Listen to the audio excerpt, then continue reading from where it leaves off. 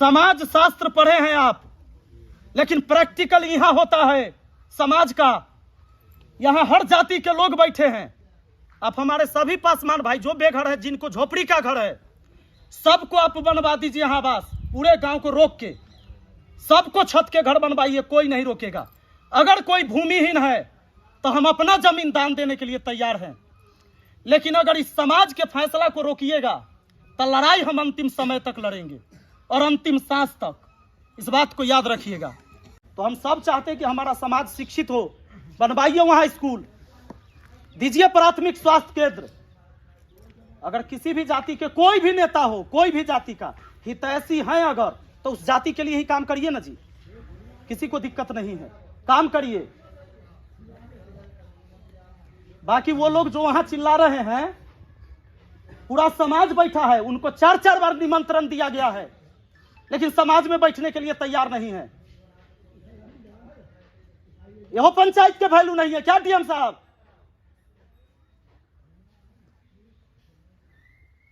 संविधान है कुछ, पंचायत का कोई अधिकार है कि नहीं है? अरे आप ही के जिला में ही आता है जगह, आपके जिला में हर छुट्टी आकर यहां पर कभी पूछने के लिए, देखने के लिए फरमान जारी कर दीजिएगा वहीं से। तो पहले आप सही थे कि अब सही है? पहले तो आपने एनओसी भी दिलवा दिया, वर्क ऑर्डर भी पास हो गया, और मुखिया को पंचायत की जानकारी नहीं दीजिएगा कि क्या बजट है, कौन काम करने वाले हैं। आपके अभियंता कहता है, एग्जीक्यूटिव कहता है कि हम आपको नहीं देंगे पेपर। अरे पंचायत सरकार होती है, पता है आपको? मेरे आगे माननीय लगता है, आपके आगे माननीय नहीं लगेगा। You are a public servant, तुम सिर्फ जनता के नौकर हो। और जब हम 11 तारीख को आएंगे तो एक गरीब आदमी आपके सामने कुर्सी पर बैठेगा, एक मजदूर आदमी बैठेगा और अपनी समस्या को सुनाएगा। 11 फरवरी 11 बजे दिन में, याद रखिएगा, आ रहे हैं और समस्या सुनना होगा। आप अपने कुर्सी पर बैठिएगा और आम जनता वो अपना कुर्सी पर बैठेगा। इस व्यवस्था से, इस संविधान से देश चलता है, और संविधान है बाबा साहेब भीमराव अंबेडकर का लिखा हुआ।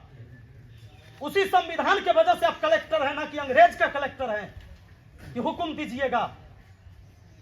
अगर ये संविधान नहीं होता तो आप कलेक्टर नहीं होते, संविधान नहीं होता तो कोई SC ST का बच्चा कभी DSP और DM नहीं बनता। और उसी संविधान के वजह से आपको सैलरी मिलता है, अंगरक्षक मिलता है, आवास मिलता है, इन्हीं की समस्या सुनने के लिए। और ग्राउंड रिपोर्ट ये है कि जो जमीन पकड़े हुए हैं वो इस सभा में नहीं, चुरा के सभा हो रहा है। अरे आपके जो पुलिस पदाधिकारी और CO वहां पर आए थे, क्या वो आतंकवादी थे? उनके सामने सब चीज हो रहा था, कैसे आपने रोक दिया? वर्क ऑर्डर देने के बाद कैसे रोका? और लिखित में नहीं रोका है, मौखिक में। आपके CO और SDM कहते हैं कि DM साहब का दबाव है, लिखित नहीं दिया है लेकिन काम नहीं करना है। कैसे होगा समाज का विकास? उस कुर्सी पर जब गए थे आप, अरे पढ़ लिख कर इसलिए जाता है कि समाज का विकास करा सके। और क्या है शिक्षा का मतलब, जब आप अपने जीवन में ऐसा नहीं, ना जाने कितनी गलतियां किए होंगे।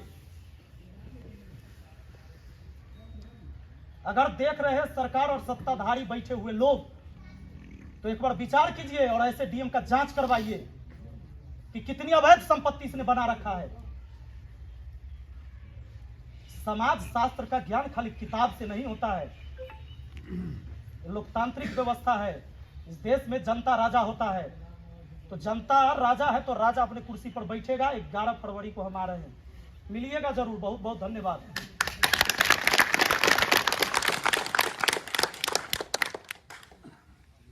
जब एक ईमानदार आदमी हार जाता है ना, तो इन बेईमानों का, इन चोर और सबका मनोबल बढ़ जाता है। इसीलिए ईमानदार आदमी को कहीं भी हारने नहीं देना है, उसके साथ हम लोग को कदम से कदम मिलाकर साथ देना है। विपिन सर अपने लिए नहीं, वो हम सब के लिए लड़ रहे हैं, आने वाले पीढ़ी के लिए लड़ रहे हैं। इसीलिए जिस तरह से भी हो विपिन सर का साथ दीजिए। अगर आज विपिन सर हार गए ना, तो ये ऑफिस में जो बैठे पदाधिकारी सब हैं, इनका मनोबल बहुत बढ़ जाएगा। और न जाने अगर विपिन सर के साथ ऐसा कर सकते हैं तो आम इंसान के साथ क्या करेगा। इसीलिए आज हम सबको सोचना है कि ये एक मौका है और इस मौका को गंवाना नहीं है। जिस भी तरह से हो विपिन सर का साथ दीजिए। विपिन सर के लिए नहीं, आप अपने लिए आवाज़ उठाइए और बता दीजिए उसे कि एक ईमानदार आदमी में कितना ताकत होता है। एक शिक्षक निर्माण और प्रलय दोनों कर सकता है। इसीलिए उन्हें कोई भी पदाधिकारी क्यों न हो, कोई भी सिस्टम में बैठे आदमी क्यों न हो, उसे अपनी औकात का पता चलना चाहिए कि हम कल भी वही इंसान थे और आज भी वही इंसान हैं। फ़र्क बस इतना है कि अभी तुम कुर्सी पर बैठे हो और पहले कुर्सी पर नहीं थे। तो चाहे डीएम साहब हो या कोई भी, रिस्पेक्ट डीएम साहब का नहीं हो रहा है, रिस्पेक्ट उस कुर्सी का हो रहा है। जब तक डीएम साहब आप उस कुर्सी पे हैं तभी तक आपका रिस्पेक्ट है। जब आप कुर्सी से हट जाइएगा आपको कोई रिस्पेक्ट नहीं करेगा। इसीलिए आप भी आदमी के दिलों में अपना घर बनाइए जिससे लोग आपको सम्मान करें, आदर करें। बस और कुछ नहीं। जय हिंद, जय भारत।